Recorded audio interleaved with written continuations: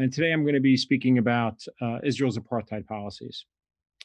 Since the Trump administration released its deal of the century at the beginning of the year, there's been increased attention on Israel's intention to annex the major settlement blocks in the occupied Palestinian West Bank, as well as the Jordan River Valley. Now, although there have been significant attention to the recent agreements between Israel and the United Arab Emirates, as well as Bahrain, and then this morning, Sudan, these agreements have not stopped Israel's annexation plans. And indeed, Israeli Prime Minister Benjamin Netanyahu has stated that annexation was postponed by the agreements, not canceled. Moreover, the emphasis on overt annexation has ignored Israel's creeping annexation over the past 5 decades. This has been done in full view of the international community and has been extensively documented by human rights organizations, as well as the International Court of Justice, and condemned by the UN Security Council. It's important to put the present situation in Israel-Palestine in a broader historical perspective of the past 53 years of occupation and over 7 decades of dispossession. The ultimate goal is for Israel to take the most amount of land with the least amount of Palestinians. Now, Israel's actions since the June 1967 war and the first month of the occupation until today have been consistent: to impose and enforce laws and policies and then claim they do not exist.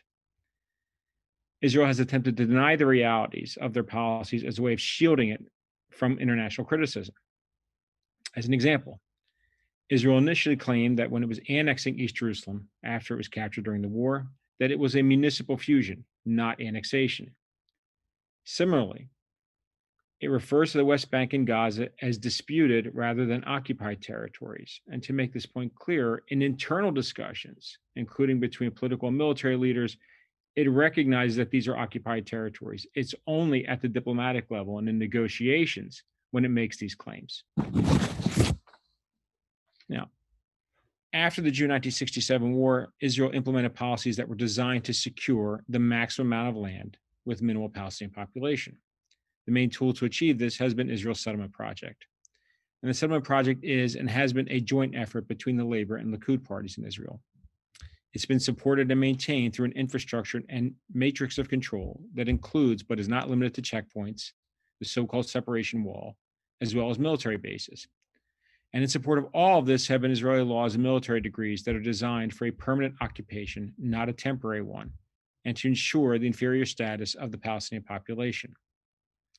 Now, another joint project, and this is, of course, a whole separate discussion, between the Labor and Likud parties was to steadily erode American and international objections to overt and creeping annexation.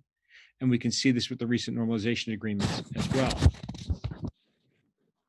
Now, the consequence of 5 decades of creeping annexation today is that in Israel-Palestine, a one-state reality exists. The two-state solution, Israel and an independent Palestinian state in the West Bank and Gaza, is now, and has been for some time, impossible to achieve.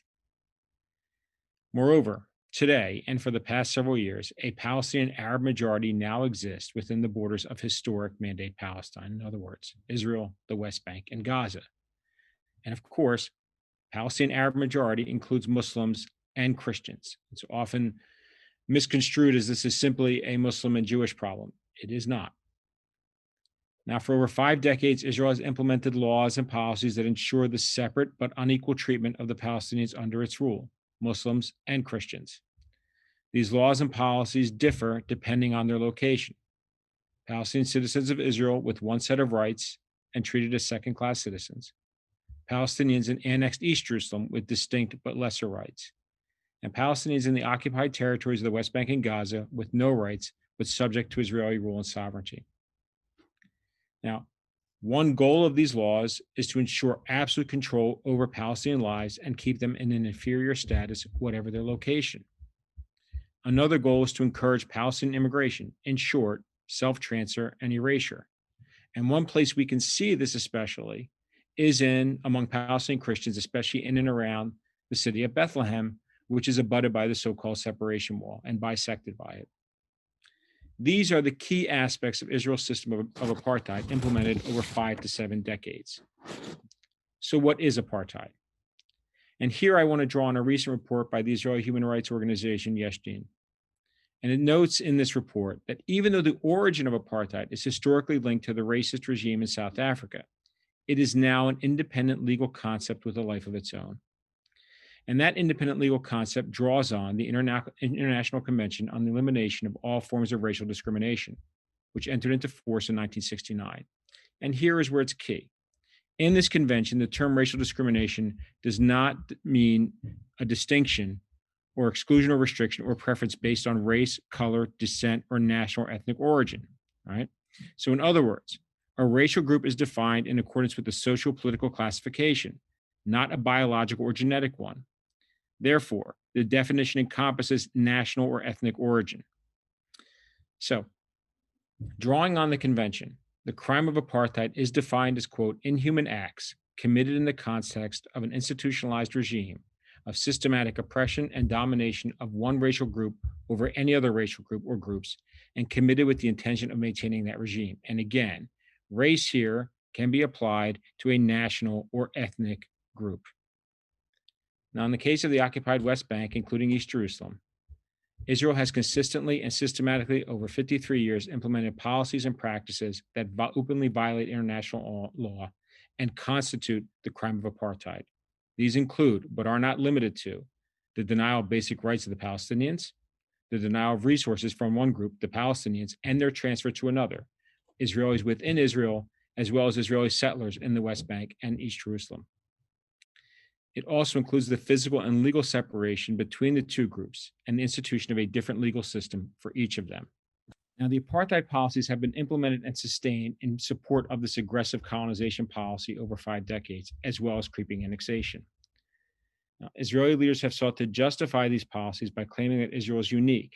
However, there is not an exception in international law, international human rights law, or under the crime of apartheid that allows Israel to maintain and entrench these policies.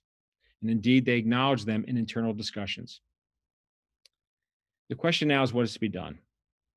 And the key here is for human rights activists and those interested in pursuing equality and justice for all around the world to begin referring to Israel's policies toward the Palestinians as apartheid. It means holding Israel accountable for the crime of apartheid and pursuing boycott, divestment, and sanctions until and unless it reverses these policies and ensures equality for Palestinians, an end to the 53-year military occupation, and its annexation and settlement policies. Palestinians are human, and human rights is worth the fight. Thank you.